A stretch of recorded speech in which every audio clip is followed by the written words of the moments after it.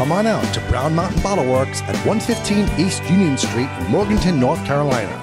The place to be for great craft beer. Browse their shelves filled with hundreds of craft beer selections. Relax and enjoy one of their 8 draft taps. Show your love for the store with their logoed t-shirts, hats, and glassware. Want to see what they have in stock 24 hours a day? Check out their website at www.brownmountainbottleworks.com. We'll see you there.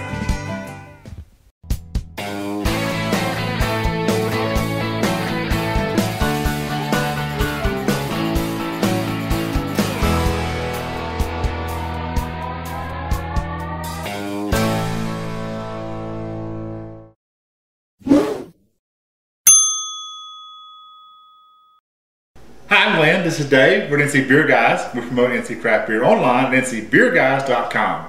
We do these videos to introduce you to something that might be happening across the state, maybe to a new beer, a new brewery. We returned to one of our favorite breweries today, the Blowing Rock Brewery out of Blowing Rock and Hickory, of course.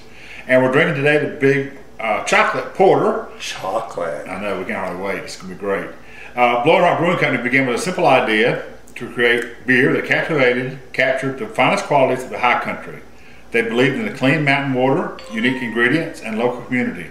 In 2013, Blowing Rock Company opened their first brewery in the heart of historic Blowing Rock. Immediate support from the local community, followed by demand for Blowing Rock brews statewide, showed them the power of the craft beer culture and the passion of the people it encompasses. From that moment on, they made it clear their mission was not just to craft the highest quality mountain artisanal ales, but to create a high quality experience to enjoy our beer, as well as in 2014, they opened an additional state-of-the-art brewery and restaurant in Hickory. That's right. They got that big, I think it's a 20-barrel system. So they're brewing both in Blowing Rock and in Hickory. Yep. 2 locations, awesome beer. And a restaurant in Hickory that does great things too. The bed and breakfast up in Blowing Rock. They just got it all covered. Yep. So this is one of their beers from the Ale House series. Their Legacy series offers you the traditional flagship brews, which has been part of their portfolio since the very beginning. Their Ale House series, which again, this is one of those, consists of their ever-changing artisan brews, which we craft by experimenting with local ingredients and mountain resources. Okay. So, the Big Boss, our Big Chocolate, offers an innovative twist to the traditional porter. Comes in at ABV of 7%, IBU of 32, chocolate and roasted, dehusked Carafa malts provide a base of bittersweet chocolate and mocha. It is then dry nibbed with raw cocoa in the fermenter and finished with a touch of vanilla bean to create the perfect balance between bitter and sweet. This beer offers the taste of roasted coffee and cocoa with dry, smoky undertones. That's what I'm talking about. Blowing Rock and their Legacy and Ale House series can be found in grocery stores, restaurants, and bottle shops, and other retailers across North Carolina. That's the good thing. They're distributed by Triumph Brewing Company. Okay. Mine lasted better. You just rambled on too long. Poof. I started to say I didn't have much head to start with. Well, you did. Oh, I did. You did. I talked too long, didn't I? You rambled. I rambled. Gotta let people know what's going on. That's right. We think they do great things at Blowing Rock, so we're really excited about this. They're such great people, and they showed us a great time over there. Oh, absolutely. It's go to Blowing Rock. The place is beautiful. Oh, the aroma. It's not. The aroma's not that strong. It's not. It's very, very mild, and I don't know if I want to say it's chocolate. I don't want to say it's coffee. It's kind of the taste more chocolate aroma. So now, see what you think about the taste. Okay. It's well balanced. Oh wow.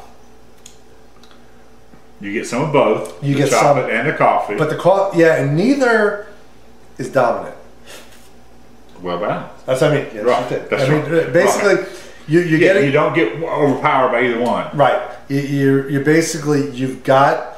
It's nice, which is good, because some of the porters kind of be a little bit coffee-ish. Or some can be over chocolatey too. Right. And something called a big chocolate, you might think it was going to overwhelm you with the chocolate. I'm all for that. Yes, you are. But this is not one that does. No, this is not a heavy chocolate bitterness. Right. Again, I just think it's wonderfully balanced, roasty, and just a hint of vanilla, which you may not get because I know you're not a real palate on vanilla. No. but I think there's just a hint of vanilla after. You can tell there's that vanilla beans in it to kind of smooth it out. Well, and the vanilla beans would be in there to kind of boost the chocolate up. I mean, that's what it's gonna. It enhances the creaminess of the chocolate flavor. We know that one from when we brew, right? But it's there for that. I don't think the vanilla would really enhance the coffee, but it's nice because the coffee is not coming from coffee; it's just coming from the malt.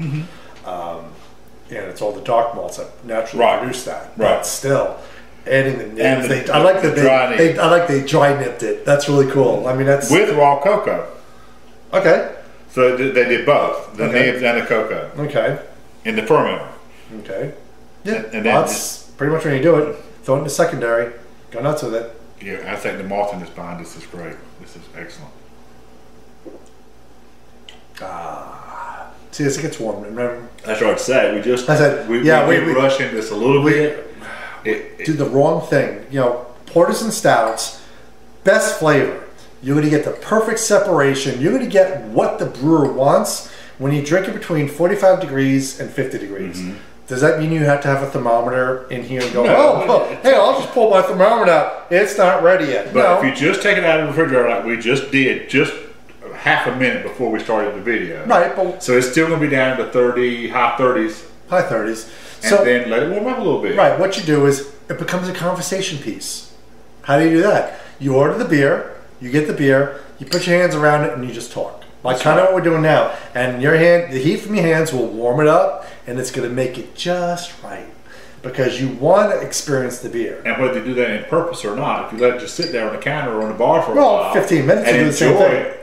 The last few sips may be better than the first few. Yes. Because you will be getting the full flavor and full appreciation of the experience. Right. We've seen that a lot of times. When you drink this style of beer cold, you're not getting what is really to be appreciated. Cold down in the 30s. I mean, it's still very cold. It's cold. Even at 40s. Right. You want to get it a little bit warmed up so you can appreciate everything that they put into it. And all the flavors will come out and jump out at you. So again, that quick. Yeah, even now, I mean, as we talk, I ramble on a little bit, you poured, we've been talking, even now it's starting to show its true nature better than it did when we first poured it out. Now remember, this is, as it says, limited release.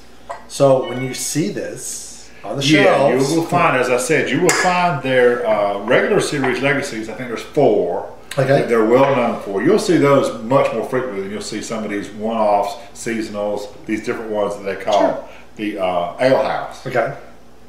It's just as they get to things and do them. Now that doesn't mean that one could eventually become a regular all-time offering.